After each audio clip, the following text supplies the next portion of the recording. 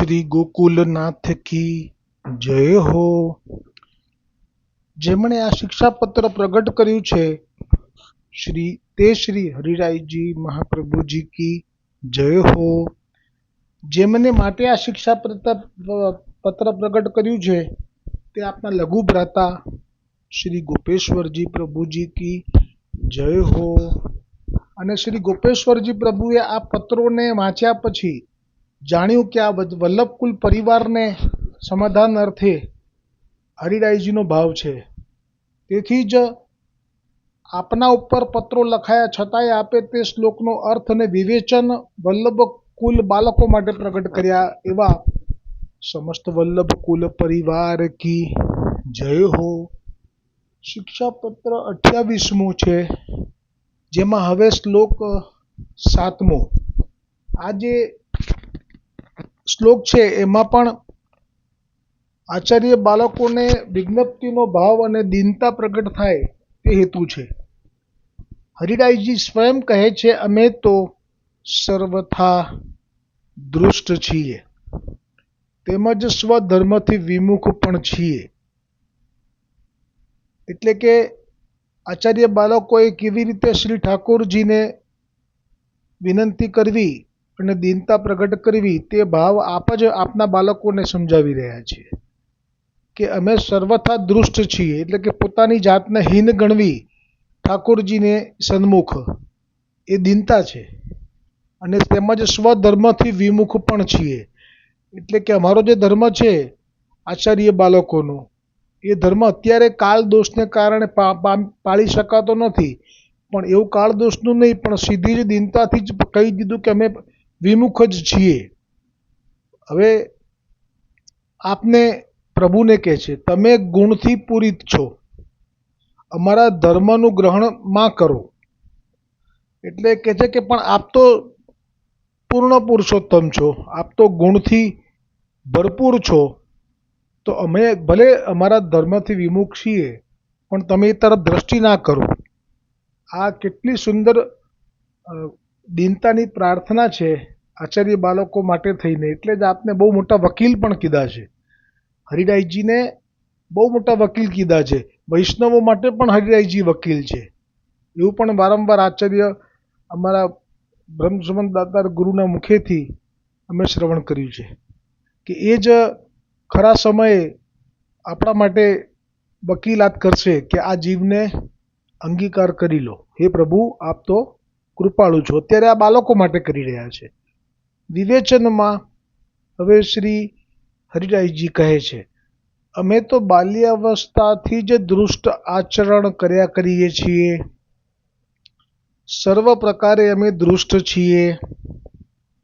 પુષ્ટિ માર્ગની રીતિ અનુસાર ભાવપૂર્વક સેવા પણ કરી શકતા નથી, કારણ કે સ્વધર્મથી વિમુખ છીએ. હે નાથ, તમે અમારા જેવા નથી. તમે તો સર્વ ગુણપૂર્ણ છો.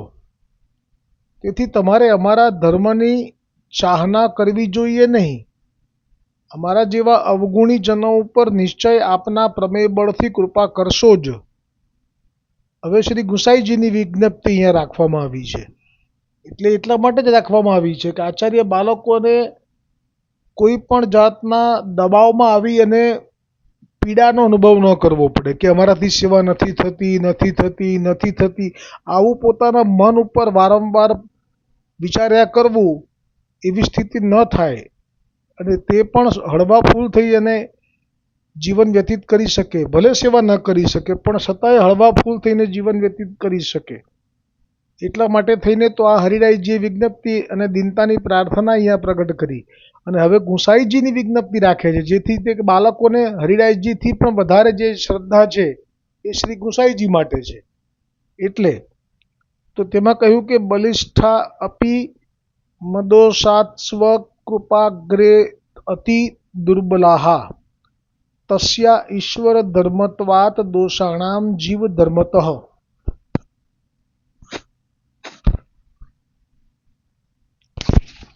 એનો અર્થ શ્રી ગોપેશ્વરજી કરે છે કે શ્રી ગુસાઈજી એમ કહી રહ્યા છે ઠાકોરજીને કે મારા બળવાનમાં પણ બળવાન દોષો તમારી કૃપા પાસે અતિ દુર્બળ છે, કારણ કે આપની કૃપા ઈશ્વર ધર્મ છે, જ્યારે દોષો એ જીવ ધર્મ છે.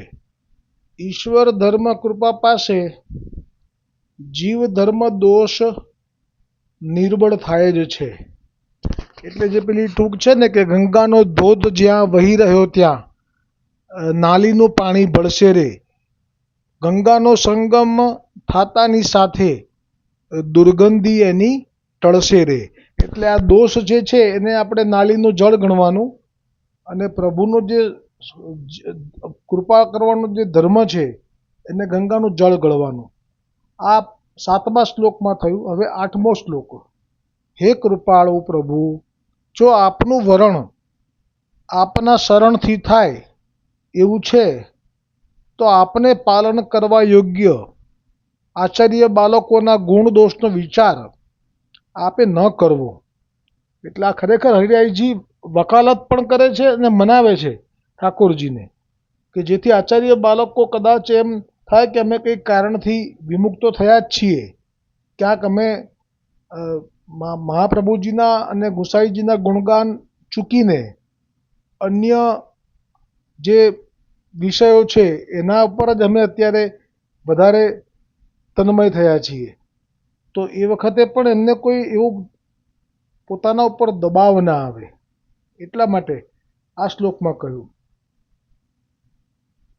કે હે કૃપાળુ પ્રભુ, જો આપનું વરણ આપના શરણથી થાય એવું છે તો પછી આપને પાલન કરવા યોગ્ય આચાર્ય કુલ બાળકોના ગુણ દોષનો વિચાર આપે ન કરવો. પછી વિવેચન કરતા કહ્યું, હે નાથ, તમે કૃપાળુ છો તો પાલન કરો, અમારા ગુણ દોષનો વિચાર ના કરો, અમે તમારા છીએ. શ્રી મહાપ્રભુજી વલ્લભાચાર્યજી દ્વારા અમારો ધર્મ તમારાથી થયો છે, તેથી અમારું વરણ થયું છે. અમારા કાર્યને લીધે જો અમારાથી સેવા, પહેલ આદિ ભગવદ ધર્મ ન બની આવ્યા અને એથી વિરુદ્ધ અનેક દોષ તથા અપરાધ થઈ ગયા તો પણ તમે તે તરફ જોશો નહીં. જો હરિરાયજીની કૃપાનો કોઈ પાર નથી.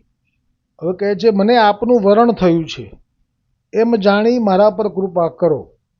જો ફરી પાછી 8મા શ્લોકમાં શ્રી ગુસાઈજીની જ વિજ્ઞપ્તિ રાખવામાં આવી છે, કારણ કે આચાર્ય કુલ બાળકોને હરિરાયજીની વિજ્ઞપ્તિ ઉપરાંત જો ગુસાઈજીની વિજ્ઞપ્તિ હોય તો વધારે એમના હૃદયનો ભાવ એ દ્રઢ થાય કે ભલે અમારાથી સેવા નથી થઈ શકતી, કે ભલે અમારાથી અપરાધ પણ થઈ ગયા છે, પણ તોય આપ અમારા તરફ જોશો નહીં એવું હરિરાયજીએ તો કહ્યું. પણ એવું કંઈ ગુસાઈજીએ કહ્યું છે? તો હરિરાયજીએ જાણી જોઈને ગુસાઈજીની વિજ્ઞપ્તિ રાખી કે જેથી બાળકોને કોઈ પણ જાતનો દબાવ ના રહે કે અમે અપરાધ કરી ચૂક્યા છે તો હવે શું થશે, કે અમે અમારા ગુણ દોષોનો જો વિચાર કરવા લાગશે ગોવર્ધનનાથજી તો અમારું શું થશે. એવું ન થવું જોઈએ, કેમ કે આચાર્યથી વરણ થયેલા છે, એટલા માટે જ હરિરાયજી આટલી બધી વકાલત કરે છે. જે આચાર્યથી વરણ ન થયેલા હોય એમના માટે હરિરાયજી એ તરફ દ્રષ્ટિ નથી કરતા. આ તો બાળકોનો સવાલ છે. અર્થ હવે જે વિજ્ઞપ્તિ છે તે ત્વદમ ગીતકૃતયો જીવેશ્વધિકારા યત પ્રભો અતસ્તે ન વિચારાહ કૃપા કુરુ કૃપાનિધે. અર્થ, હે પ્રભુ, જીવને આચાર્ય કુલ બાળકોને વિશે તમારો અંગીકૃત રૂપ અધિકાર છે, તેથી યોગ્ય હોય ત્યાં દોષથી અયોગ્ય હોય તો પણ તે દોષનો વિચાર કરવાનો નથી. આપ કૃપાનિધિ છો, તેથી કૃપા કરો. આ સાથે આજે 7મો અને 8મો શ્લોક અહીંયા વિરામ પામ્યો. આવતીકાલે હવે 9મો શ્લોક આવશે અને શક્ય હશે તો 10મો શ્લોક પણ આવશે. બોલો શ્રી ગોકુલનાથ કી જય હો. શ્રી હરિરાયજી મહાપ્રભુજી की जय हो. श्री गोपेश्वर जी प्रभु जी की जय हो. समस्त वल्लभ कुल परिवार की जय हो.